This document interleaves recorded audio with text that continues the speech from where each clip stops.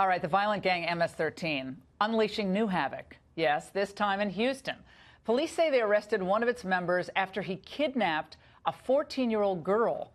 And the suspect led them on a high-speed chase across an interstate. And this all happened yesterday, went on for 30 miles.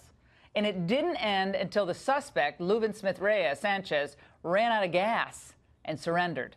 Police say the kidnapped victim was not in the car during the chase and is okay. Well, critics claim that the Trump administration is targeting MS-13 to demonize immigrants for, importing crime. Statistics, though, do not lie. Here's what the New York Times says. There are now 10,000 MS-13 gang members in the United States. And new reporting by the Washington Post over the weekend reveals how MS-13 is essentially taking over one high school in Suffolk County, New York.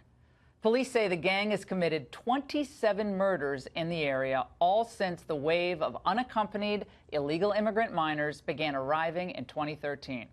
Joining us now, a man who's on the front lines of the fight against MS-13, Jay Lanham. He's been great on radio, too, as a director of the Northern Virginia Regional Gang Task Force. Jay, the Washington Post is finally really onto this, I think. They're reporting on what's happened in Long Island, which is stunning. A parent of a young woman who was murdered by MS-13 2 years ago came on our show recently. This is what she said. I'm feeling the loss of my daughter. I feel it every day.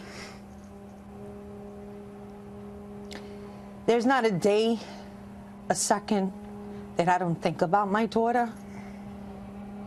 And they just don't understand the pain of a parent losing their child to this gang violence. And that was the mom, Evelyn Rodriguez, who was at the State of the Union with the president. Tell us the real situation as you see it in Northern Virginia, communities where you operate in. These were middle class, fairly safe communities. When I moved here in 1986, it's a different world now. Absolutely, and the influx of these gang members, especially MS-13, into the Northern Virginia area has just overwhelmed the resources in the area. The violent crime has just been unheard of, unlike what anyone would expect to ever see. They commit their violence with machetes, which you can just imagine. Machetes? That's their favorite weapon of choice. You can just imagine the brutality that exposes to the body. And when you see the results of this open borders, allowing these unaccompanied minors into the United States, we have 5,000 just in the New York area. There are 5,000 unaccompanied minors. As you pointed out before, I think they're prime targets for MS-13 recruited, are they not? Absolutely, and we've seen that over the last 2 to 3 years in the amount of violent crime being committed by juveniles, which we didn't used to see. So there have been so many of these kids that have come into the community. They're scared to death. They're put into school. Some of them don't even read and write their own language. In their own language, thank you.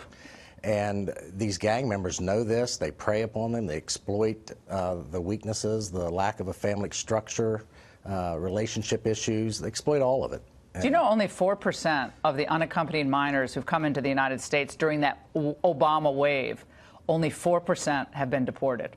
And when this first happened, you remember what Barack Obama said? You're not going to be able to stay here. That was his original comment, but everybody stayed here. So we have thousands upon thousands of previously unaccompanied minors kind of rolling around the United States, some with sponsors, some not, and not all of them are gang members, obviously. But let me show you what is happening in Texas, where we had this high-speed chase.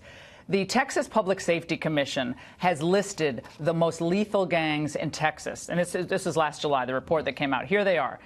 Tango Blast, it's another gang, predominantly Latino gang. The Latin Kings has been around for years. Texas Mexican Mafia, another horrific gang.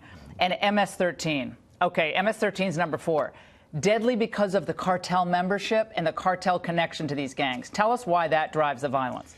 Well, MS-13 started because they were protecting themselves from the Mexican Mafia. Now we're finding they tend to work with the Mexican Mafia because the cartels are pushing the drugs across the border, including the heroin and the fentanyl, and they are working together, Mexican Mafia, MS-13, and even outlaw motorcycle gangs to distribute these drugs throughout the United States. So drugs are a huge part of this. How big is human trafficking in MS-13? It's large, it's difficult to prosecute, and what's unfortunate is most of these girls involved are brainwashed and they don't see themselves as victims. And it's a hard case to prosecute and to investigate because of that reason. And how do the police, who many times are understaffed, overworked, underpaid, and they're going up against one of the most brutal gangs in the world, not just in the world?